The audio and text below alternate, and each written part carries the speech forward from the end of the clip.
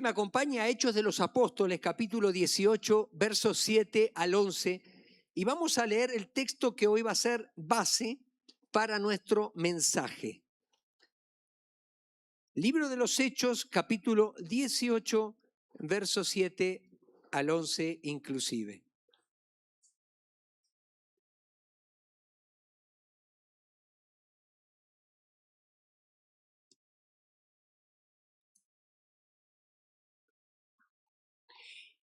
Me voy a permitir leerlo de la nueva versión internacional el día de hoy, pero usted lo puede seguir de la que usted tenga.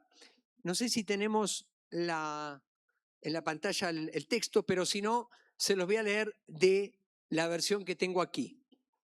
Otra vez, Hechos capítulo 18, versos 7 al 11. Ahora sí, si me pueden poner el título. Ahí apareció.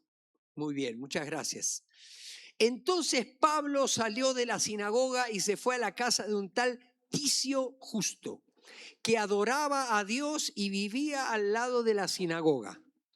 Crispo, el jefe de la sinagoga, creyó en el Señor con toda su familia.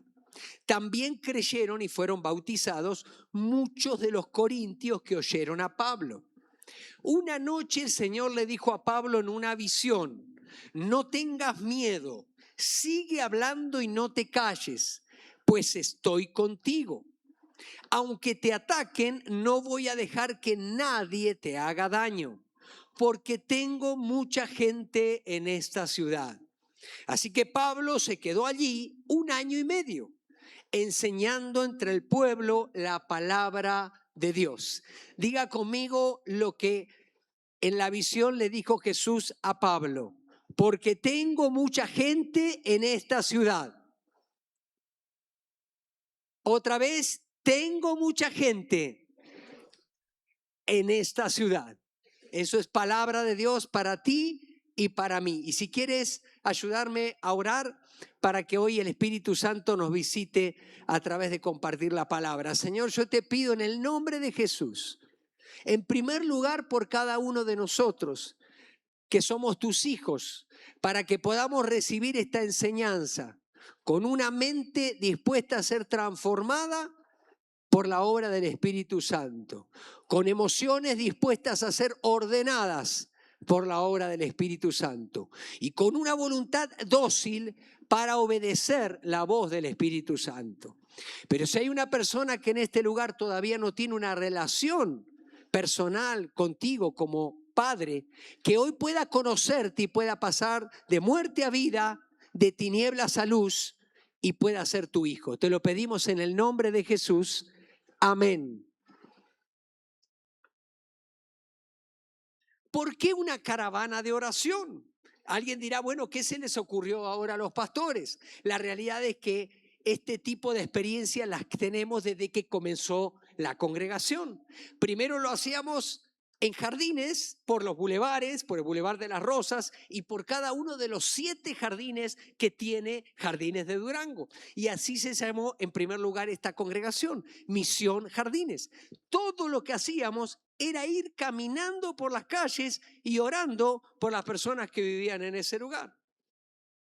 Ya luego, cuando la congregación se cambió de lugar y fuimos a Everardo Gamis, entonces comenzamos a escuchar que el Espíritu Santo nos decía palabras como esta. Isaías capítulo 52, verso 2 al 4. Extiende las cortinas de tu habitación, alarga tus cuerdas. Es decir, ensancha el sitio de tu tienda. Lo entendimos de una manera tan real para nosotros, que para no olvidarnos hicimos actos proféticos de gran envergadura. Por ejemplo, fuimos a cada uno de los puntos cardinales saliendo de la ciudad cuando todavía el periférico estaba apenas en construcción. De hecho, en algunas partes era pura terracería, algunos se deben acordar, y clavamos una estaca para recordarnos esa palabra. En otra oportunidad pusimos unas puertas que decía puertas abiertas. Lo creímos con todo nuestro corazón. El año pasado tuvimos una caravana fabulosa, maravillosa, y dijimos, este año tenemos que volver a hacerla. El día de ayer éramos 46 carros, entre ellos una moto, y más de 110 personas que nos dimos cita y pudimos experimentar al menos 3 cosas juntos. Primero, orar juntos. No solamente juntos porque compartimos un mismo espacio físico, sino porque compartimos un mismo sentir. Tuvimos que levantarnos temprano, tuvimos que tener una guía, nos fueron dirigiendo por medio de una emisora de gran audiencia. Y quiero pedirles un aplauso para Arlene, para José Juan y para la pastora, que hicieron un trabajo increíble.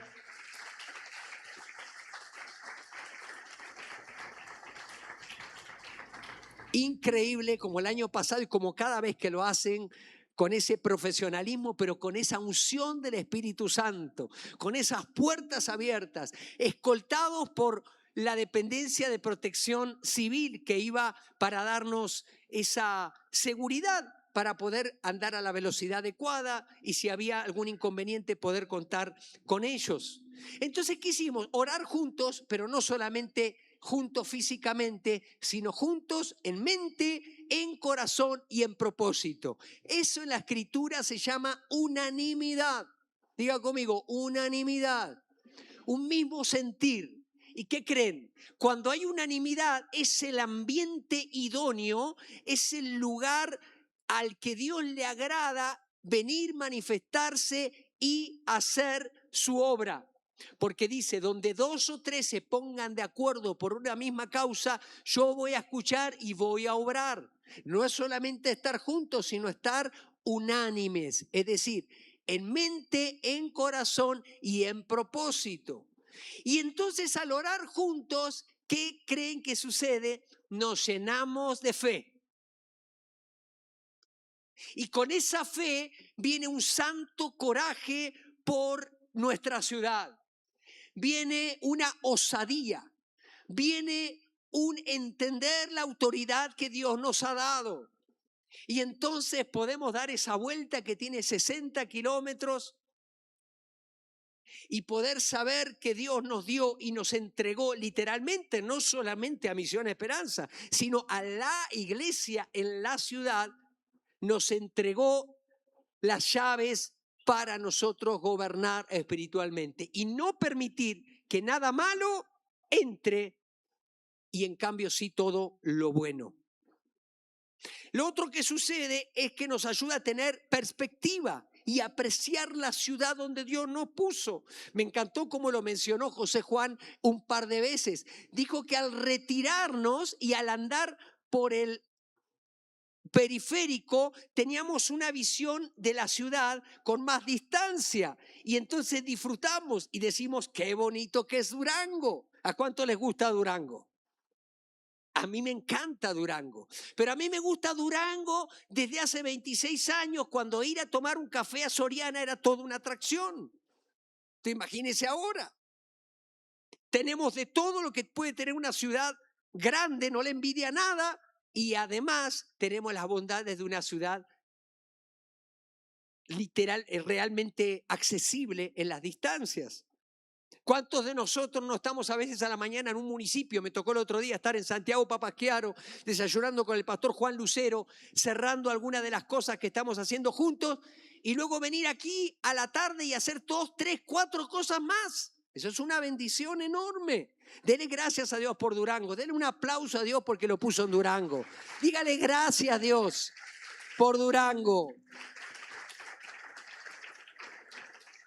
Tú tienes una perspectiva y puedes sentir lo que Jesús sintió cuando iba en el burrito entrando a la ciudad de Jerusalén, y dice que él lloró por Jerusalén porque vio que era una ciudad que no había entendido el tiempo de Dios, el tiempo de la visitación de Dios.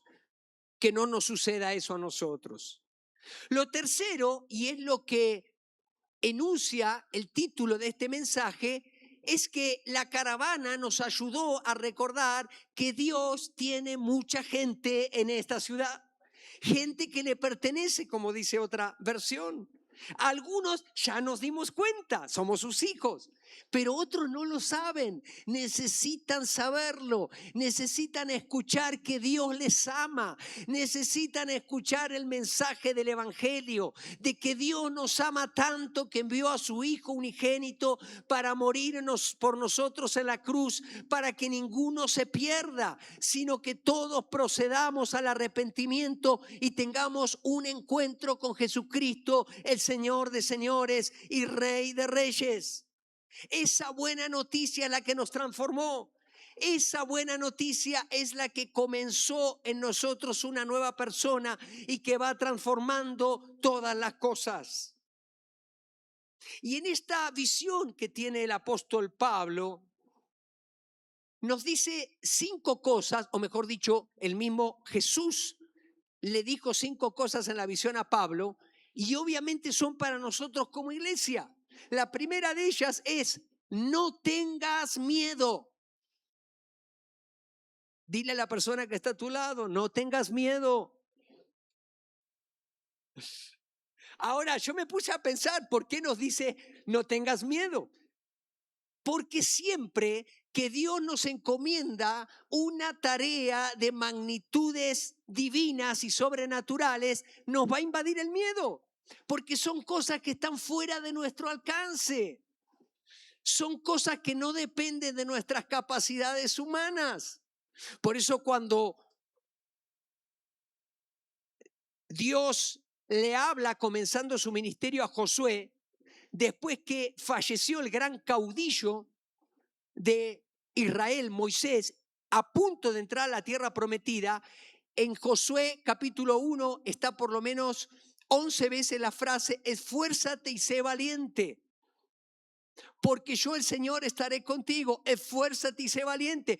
¿Por qué le dice Dios a Josué que se esfuerce y sea valiente? Porque él tenía miedo. La tierra que iban a conquistar era una tierra que estaba atestada de pueblos que no eran amigos de Israel. Además de eso, por si fuera poco, el pueblo que él guiaba era un pueblo necio, duro de servir, que por 40 años había tenido que dar vueltas por el desierto a causa de su rebeldía. Ni siquiera lo habían respetado al mismo Moisés. Así que el miedo no es algo que nosotros tenemos que ignorar en nuestra vida, sino es algo que tenemos que aceptar que ahí va a estar, pero está para vencerse. El miedo es parte de la vida. No le tenga miedo al miedo. Está buena esa frase. Me acaba de salir. Es tuitera, ¿sí o no? No le tenga miedo al miedo. Acepte el miedo, pero hay algo que vence el miedo. Ahora se lo voy a decir en 2 puntos más. Pero yo apunté esto, mire. La magnitud de la misión que tenemos como iglesia amerita humanamente tener miedo. ¿Cuál es la misión que nosotros tenemos como misión Esperanza, como iglesia en la ciudad? Transformar la ciudad. Vaya misión. Y si alguno se la olvida de tanto en tanto, cuando usted entra por la puerta principal, hay una piedra que es la primer piedra de cantera preciosa que está bordado el logo y dice: Misión Esperanza, iglesia que transforma. Así que si usted es parte de esta congregación, si usted es parte de esta comunidad de fe o quiere ser parte, usted sabe que la misión, y obviamente la visión está emparentada de esta congregación, no es pertenecer a un grupo lindo de gente muy feliz que no le hace mal a nadie, sino que es transformar la ciudad, que baje el índice de suicidio, que desaparezca el crimen, que desaparezca la violencia, que si en el país hay estados que están padeciendo esto, hagamos mínimamente nuestra tarea en Durango y no le tengamos miedo. ¿Por qué? Porque la tarea es muy grande. Entonces, voy a terminar la frase que escribí. Si no tienes miedo, es porque no tienes misión.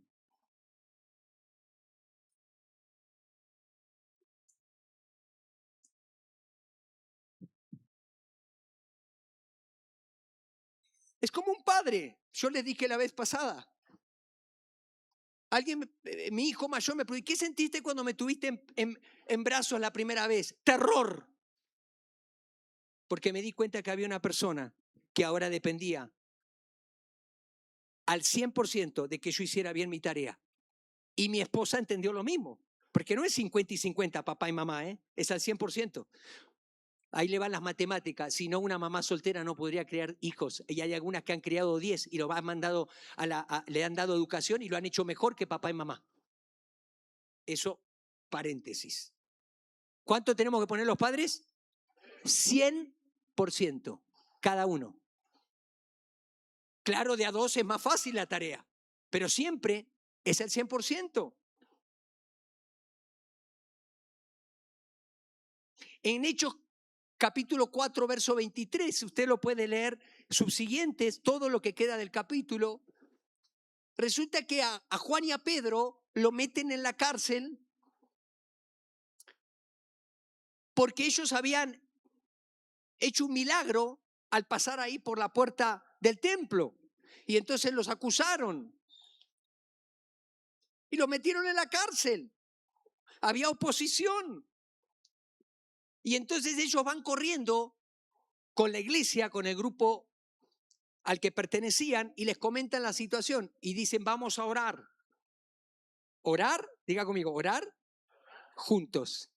Y entonces ahí oran y le piden a Dios que les dé denuedo, que les dé osadía, que les dé poder, que les dé audacia para seguir predicando la palabra. Porque versículos antes dice, era necesario obedecer a Dios antes que a los hombres. No vamos a dejar de anunciar el mensaje.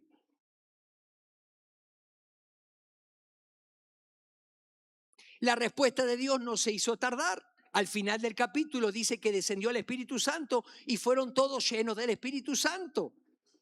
Y predicaban abiertamente y con denuedo. El denuedo es la manifestación visible de la obra del Espíritu Santo en la iglesia. Es un poder, es un nivel de valentía que no está basado en tus propias capacidades ni en tu personalidad. Algunos dicen, no, que yo tengo denuedo porque yo me sé expresar frente a las multitudes. No, lo que tú tienes es retórica, no denuedo. La retórica es una ciencia que se desarrolló especialmente entre el siglo V antes de Cristo y el primero cuando vino Jesús, y de ahí donde fue el auge de la filosofía y de los sofistas en Grecia y posteriormente a Roma. Entonces se paraban en la esquina y hacían grandes discursos vacíos. Llegó Jesús de Nazaret y no tuvo que hablar nunca del amor. No van a encontrar un solo mensaje acerca del amor de Jesús de Nazaret, porque Jesús amaba. Y eso fue lo que pasó el sábado pasado en el Salto. Lo que pasó fue que nuestras acciones fueron más fuertes que las palabras. No había que decir nada, porque había todo un aparato, una preparación que por meses se llevó, donde pudimos, por la gracia de Dios, concentrar las fuerzas del gobierno local, inclusive la ayuda también del gobierno estatal, más toda la fuerza más fuerte, valga la redundancia, que es la iglesia, donde más de 200 voluntarios, entre ellos 150 de ustedes, estuvimos allí saltando de gozo. Y yo cuando Jorge y Benito me dijeron, se va a llamar Salto de Gozo la actividad. Y yo dije, salto de gozo, no es muy comercial gozo, no es muy de marketing. Hasta le insinué, ¿por qué no le pusieron de alegría? Salto de gozo, suena muy evangélico. Y luego me di cuenta cuando terminó la actividad, porque la palabra alegría no alcanzaba a describir lo que sucedió. No fue alegría, fue gozo. Denle un aplauso al Señor.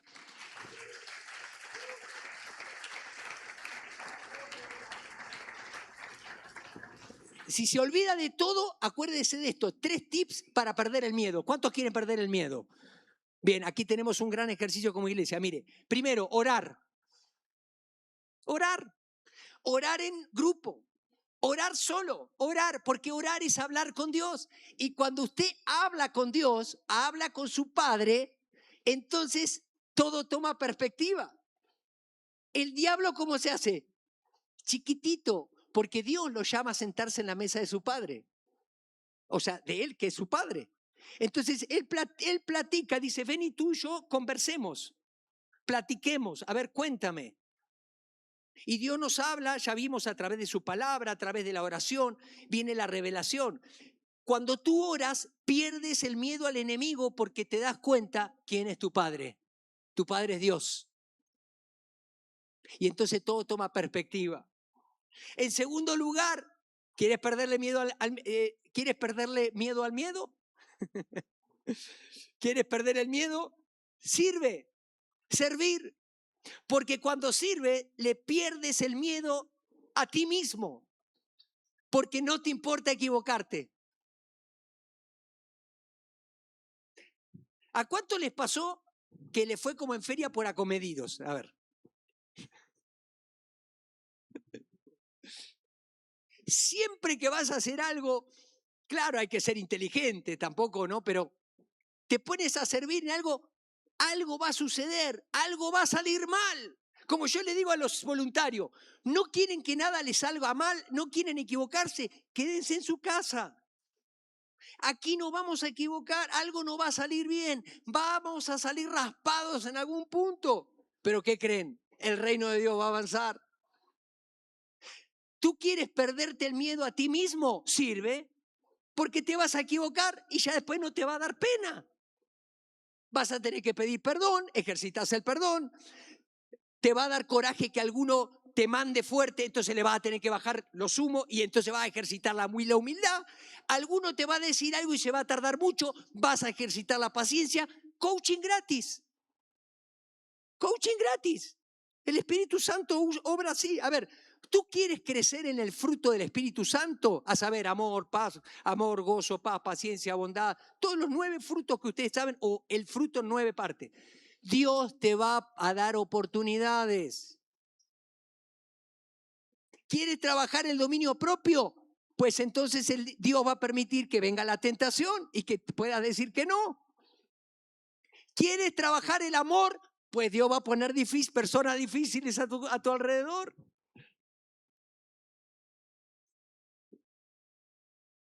Entonces dijimos, orar, diga conmigo, orar, servir. Tercero, amar. Porque cuando amas, pierdes el miedo a los demás, porque te entregas a unas expensas de que te lastimen.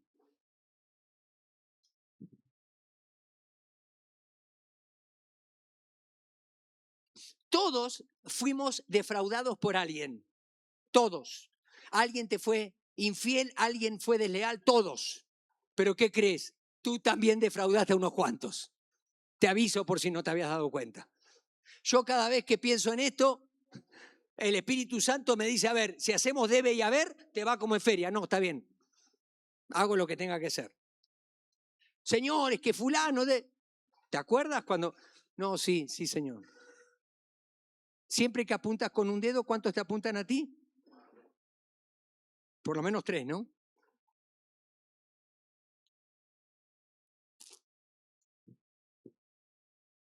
Entonces todos tenemos miedo a amar, porque tenemos miedo que nos lastimen, a salir lastimados.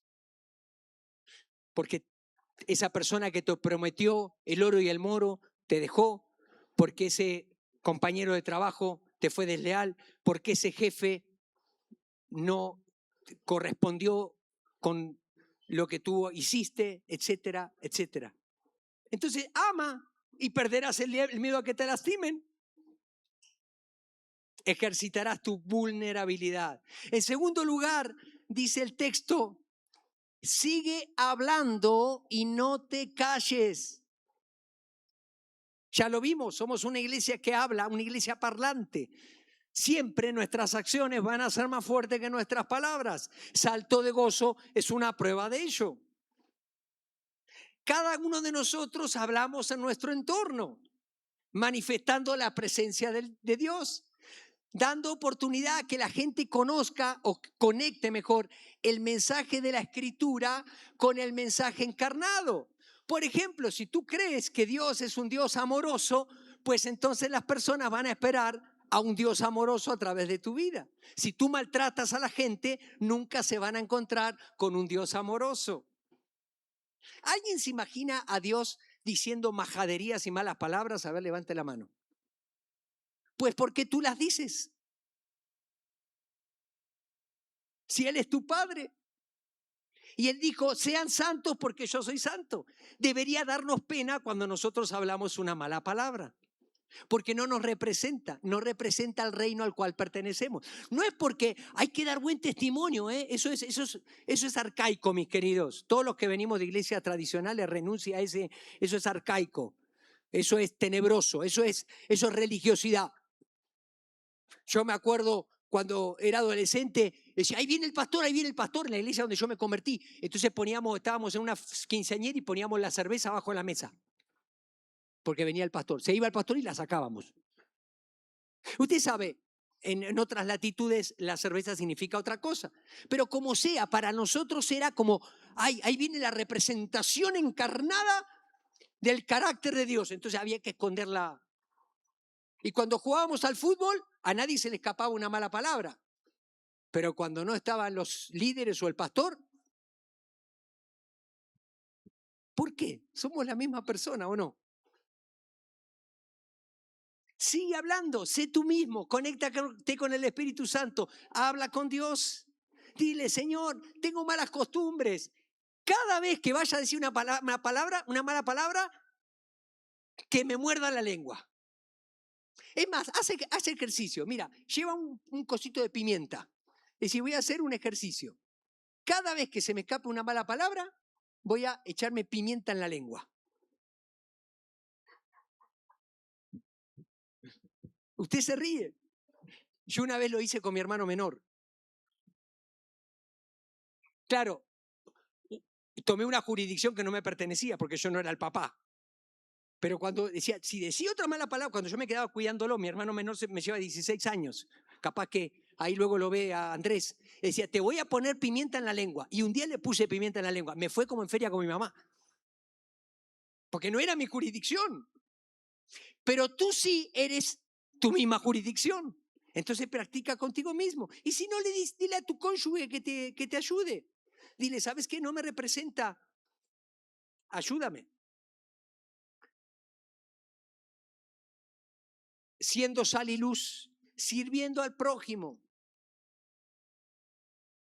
Una forma que no falla de hablar del evangelio, o sea, de hablar de las buenas noticias, es servir al otro. Empieza a hacerlo con tu cónyuge, luego sigue con tus hijos, luego sigue con las personas que trabajan contigo. Facilítale la vida a los demás. No lo entorpezcas. Si tienes un jefe, el jefe no necesita que tú le digas cómo hacer las cosas, necesita que haga lo que él te diga. Por eso son jefes, porque ellos se levantan antes, se acuestan después y son los que tienen la carga de la economía. Si tú y yo somos empleados, trabajadores, lo que nos toca es hacer bien lo que nos toca, no decirle cómo tiene que hacer las cosas, a menos que nos pregunten. Facilita la vida. Pero si tú eres jefe y si tú estás a cargo, pues entonces fájate los pantalones, haz bien la tarea y aprende a mandar. Y no que toda la corporación esté sangrando porque que fluya, empezando por la familia. Diga conmigo, ups. Si tú eres padre o papá o mamá, tú eres jefe de familia y jefa de familia. Tus hijos no están esperando, tus hijos están esperando instrucciones, no opiniones. Si son chicos, instrucciones y que se cumplan. No opiniones. Tus hijos no necesitan tus opiniones. Tus hijos necesitan tu firmeza. Cuando son más grandes, tú irás identificando cuándo les das una oportunidad. Vamos a ir a veranear. ¿Qué prefieren? ¿Mazatlán? La parte nueva, ¿el nuevo Mazatlán o el viejo Mazatlán? Eso es todo lo que pueden decir, esa es su jurisdicción. Cuando son más grandes, ¿qué prefieren? ¿Mazatlán o Puerto Vallarta? Y no que nosotros estemos, ay, mi niño, ¿quiere comer? y entonces la casa se transforma en una paidocracia, donde el gobierno de los niños hace que lo único que hagamos es criar hijos inseguros.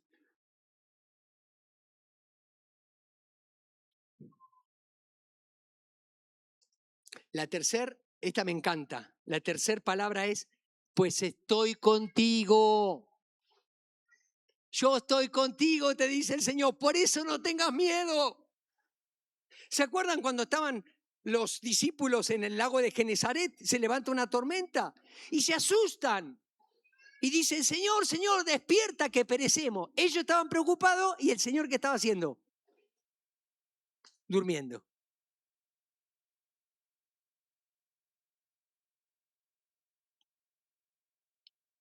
Y entonces Jesús los mira, yo me imagino como diciendo, hola, perdón, ¿no se dan cuenta que voy en la barca? No le va a pasar nada, muchachos. Va a haber tormentas, va a haber cataclismos, va a haber situaciones difíciles, pero Jesús nunca se va a bajar de tu barca, a menos que tú lo dejes afuera.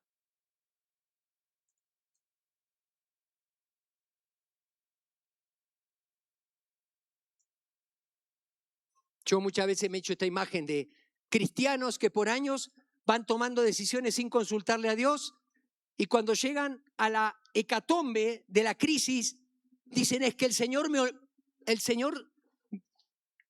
me abandonó. Y el Señor, muy respetuoso, está en la orilla y dice, es que Él no quiso que me suba a la barca. Él quiso manejar solo su vida. Yo le insistí, pero Él no quiso. Pero si el Señor va en tu barca, créanme, de que va a venir la situación más difícil y entonces tú vas a experimentar el consuelo más grande que pueda experimentar un ser humano y es su presencia. Porque la recompensa más grande que puede tener un cristiano, un creyente, lo dijimos en mensajes de hace 2 domingos, es sentarnos a la mesa y participar del pan y del vino, es decir, de la comunión. Porque el Señor en la mesa nos ofrece su amistad y con su amistad nos ofrece ser partícipes de sus secretos, es decir, revelarnos sus misterios. Yo les pregunto, ¿qué es más difícil administrar? ¿Una relación patrón-obrero o una relación de amistad? Vamos a trasladarlo a la antigüedad. ¿Qué es más difícil? ¿Una relación de amo, o sea, de señor y esclavo, o una relación de amistad? De amistad, porque la amistad implica paridad. Por eso, paréntesis, por eso la relación matrimonial es la más difícil de administrar en la vida humana, porque es la paridad de las paridades.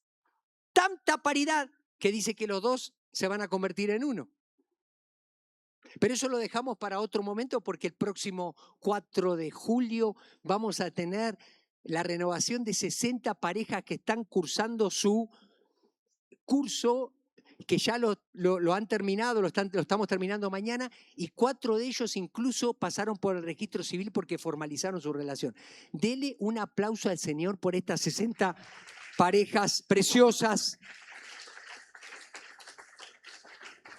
Entonces Dios nos ofrece la recompensa de sentarnos a la mesa, pero nosotros por nuestro orgullo y por nuestra falsa modestia preferimos ser los sirvientes. No, yo soy servidor del Señor, gusano de Jacob, hormiga de Abraham, todo lo más chiquitito posible. Pues así no le aportas mucho al Señor. Tú tienes que poner porte de un hijo del Señor, de un príncipe, de un hermano menor de Jesucristo. ¿Sabés cómo le va al que se mete contigo? ¿Cuántos tiene un hermano mayor y dice, mira que voy a hablarle a mi hermano mayor? Dios se encarna en personas, la iglesia. Cuarta promesa que Dios nos da: aunque te ataquen, no te dañarán. Fíjense, no dice, nunca te van a atacar. Ay, pastor, yo pensé que cuando me hice cristiano, todo iba a ser maravilloso, todo iba a ser color de rosa. No, nunca Dios prometió eso. Lo único que prometió fue su presencia. Es más, nos advirtió y dijo, en el mundo tendrán aflicción. Pero además, si tú sirves al Señor, además de aflicción, tendrás oposición. Te van a atacar, te van a calumniar, te van a intimidar.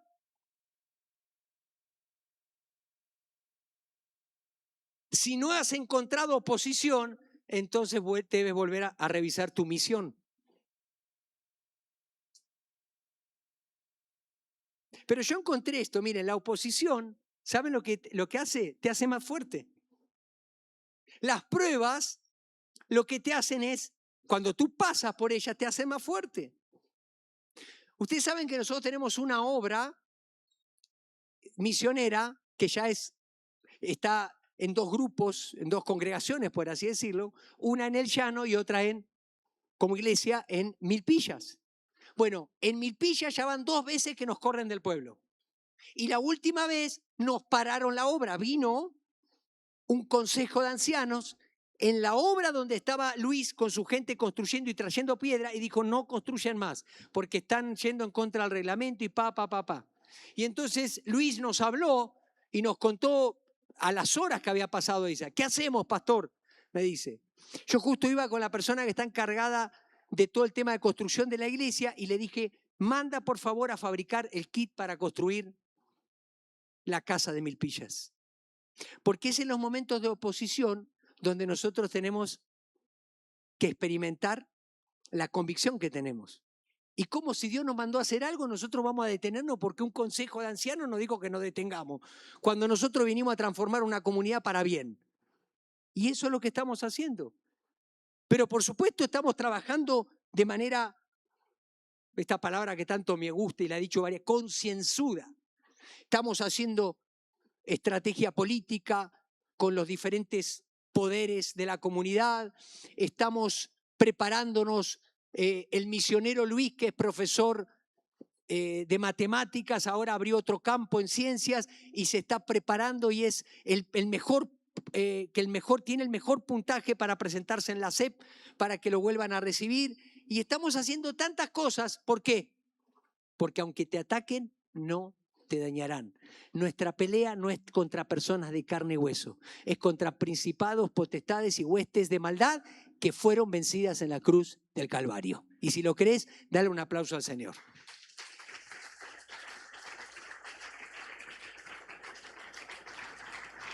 Y el último punto, si me acompañan los músicos, por favor, en este momento, lo que da sentido a todo lo que dijimos antes. No tengas miedo. Sigue hablando y no te calles. Porque yo tengo mucha gente en esta ciudad. Hay muchas personas que todavía no me conocen, dice el Señor. Y su corazón gime y late por ellos, por los que no le conocen. Muchos de ellos son tus familiares. Muchos de ellos son tus amigos que se van a una eternidad sin Cristo. Eso es el infierno. El infierno es una eternidad lejos de Dios. Eso, solamente esa realidad y esa verdad debería darnos coraje, debería despertar en nosotros osadía, debería hacernos más audaces, debería conectarnos, porque el Señor tiene mucha gente. El apóstol Pablo había predicado en Atenas. En el capítulo anterior no había tenido la respuesta esperada. Y luego había venido a Corinto y él, como siempre, iba a la sinagoga. Y los de su propia etnia, los de su propia cultura, los judíos, lo habían amenazado. No lo querían. Y entonces él se volteó con un tal Ticio, un gentil. Es más, dice que se sacudió, ¿no es cierto?, el polvo de sus pies, conforme dice la Escritura. Sacudirse el polvo no es desprecio por la gente, es aprecio por el mensaje. Pero si tú no crees en el mensaje que tienes, entonces lo que vas a hacer es diluirlo al mensaje. Lo vas a aguachentar, lo vas a ir adulterando. Entonces tenés al cristiano que predica el reino y dice, tienes que arrepentirte de tus pecados. Y la otra persona se escandaliza porque pecado no es una palabra moderna. Bueno, por tus errores, todos tenemos errores. Y entonces le empezamos a bajar al evangelio y entonces los volvemos en una opción de autoayuda. Cristo viene a mi vida y me hace mejor persona. No viene a tu vida a hacerte mejor persona. Viene para que vivas porque estás muerto en tus delitos y pecados. Todos, ricos y pobres, cultos e incultos. De abolengo o del vulgo. Todos. Necesitamos algo poderoso que suceda en nuestra vida y la gente que no lo conoce necesita lo mismo. ¿Y qué creen? Y ahora viene la pregunta de rigor. Primero, Dios no quiere que nadie perezca. ¿Usted sabía eso? Dice que Dios no quiere que nadie perezca, sino que todos procedan al arrepentimiento. Por eso Dios no destruyó Sodoma y Gomorra hasta que salió el justo Lot. Por eso Dios discutió hasta el final con un Jonás porque no quería ir a Nínive, porque sabía que Nínive se podía arrepentir porque Dios es un Dios misericordioso, y eso fue lo que sucedió. Por eso Dios ama a Durango y por eso Él sigue insistiendo. ¿Pero qué creen? Lo único que tiene Dios en Durango, la única agencia oficialmente autorizada para compartir este mensaje, somos nosotros, la iglesia. No digo Misión Esperanza, la iglesia de Jesucristo. Los creyentes diseminados por toda la sociedad, por toda la ciudad y ahora también por el Estado. No lo va a hacer. Cuando dice, si ustedes no hablan, las piedras hablarán. ¿Y nosotros qué decimos? ¡Ay, qué padre! Ahí tenemos una buena roca. A ver cuándo empieza a hablar la roca. No, ese es un recurso literario. Eso es una pregunta retórica que está cargada de sarcasmo. Santo sarcasmo. Es decir, las piedras no hablan. No hablan. Dios dio a los seres humanos la capacidad de comunicarnos inteligentemente. Entonces Dios nos va a usar a nosotros. ¿Y se acuerdan con lo que empezamos? Nosotros somos la iglesia. Es lo que Dios tiene en Durango. Mira a la persona que tienes a tu lado. Dile, es lo que hay. Es lo que hay. Y ahora dile, pon porte de embajador, de hijo de Dios, y dile, y no puede ser mejor. Dile con un santo y devoto y equilibrado orgullo, el Señor se lució conmigo, dile. ¿Vieron? Nos cuesta, ¿no? Nos cuesta sentarnos a la mesa de la amistad, porque preferimos la relación de servidumbre, porque no tomamos responsabilidades. Pero el Señor nos dice, siéntate a la mesa, porque yo tengo mucha gente en esta ciudad. Cierra.